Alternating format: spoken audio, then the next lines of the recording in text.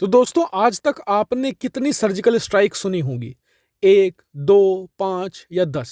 लेकिन क्या आपने सुनी है कि एक साथ 130 सर्जिकल स्ट्राइक को अंजाम दिया गया हो? जी हाँ, रशिया ने यह किया है और बहुत ही भीषण हमला था। और हाल के सालों में किए गए जितने भी एयर स्ट्राइक या किसी भी देश ने हमले किए गए हों, उसमें इसे सबसे बड़ा माना जा रहा है। हमला कहाँ किया है वो तो मैं आपको बताऊंगा ही, लेकिन जो इंपॉर्टेंट सवाल ये है कि रशिया ने हमला किया क्यों है, इसकी टाइमिंग पर सवाल क्यों उठ रहे हैं, ये भी मैं आपको बताने वाला हूं। लेकिन उससे पहले मैं आपसे माफी चाहता हूं कि वीडियो काफी लेट हो चुकी है। दरअसल आज मैं एक बहुत बड़े ट्रैफिक जाम में फंस गया था, जहां से निकलना मुसीबत था। बिल्कुल अभी अभी निकलकर मैं घर पहुंचा हूं और अभी आपके लिए वीडियो बना रहा हूं।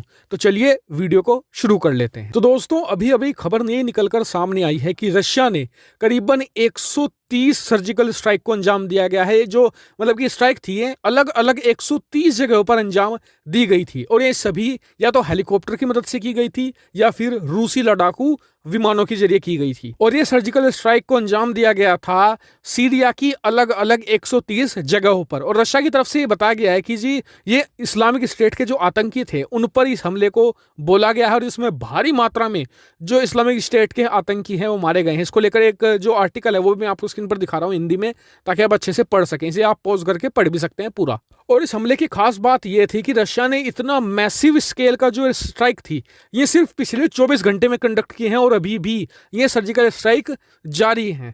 तो इतना जबरदस्त भीषण हमला बोलने का कारण क्या था, इसकी टाइमिंग पर सवाल क्यों उठ रहे हैं? तो इसका कारण यह है कि इस समय रशिया के अंदर बहुत ही बड़े लेवल के प्रोटेस्ट चल रहे हैं। तो ऐसे में बताया जा रहा है कि जो व्लादिमीर पुतिन है वो ध्यान डाइवर्ट करना चाहते हैं अपनी जनता का, और राष्ट्रवाद के सहारे एक बार फिर से अपनी सरकार बचाने की कोशिशों में लगे हुए हैं, ताकि जो इस समय रूस में प्रदर्शन हो रहा है उसे आम लोगों का जो समर्थन है उसे एक बार खींचकर अपनी तरफ लाया जा सके। देश की आम जनता को यह बताया जाए कि जी देश मुश्किलों में है, अमेरिका का प्रेशर है, इसके अलावा हम युद्ध लड़ रहे हैं, सीरिया के अंदर भारी मात्रा में वहां पर जंग जारी है। तो ऐसे में जो जनता का सपोर्ट है एक बार फिर से व्लादिमीर पुतिन को मिल जाए, क्योंकि पुतिन की जो छवि है वो बड़े कठोर नेता की है जो देश को एकजुट करता है। तो ऐसे में पुतिन यहां पर ध्यान डाइवर्ट करने की पूरी पूरी कोशिशें कर रहे हैं। और इस बात पर इतना ज्यादा जोर इसलिए दिया जा रहा है क्योंकि देखिए अभी तक 130 स्ट्राइक हो चुकी हैं, लेकिन कितने आतंकी मारे गए हैं? मात्र 30।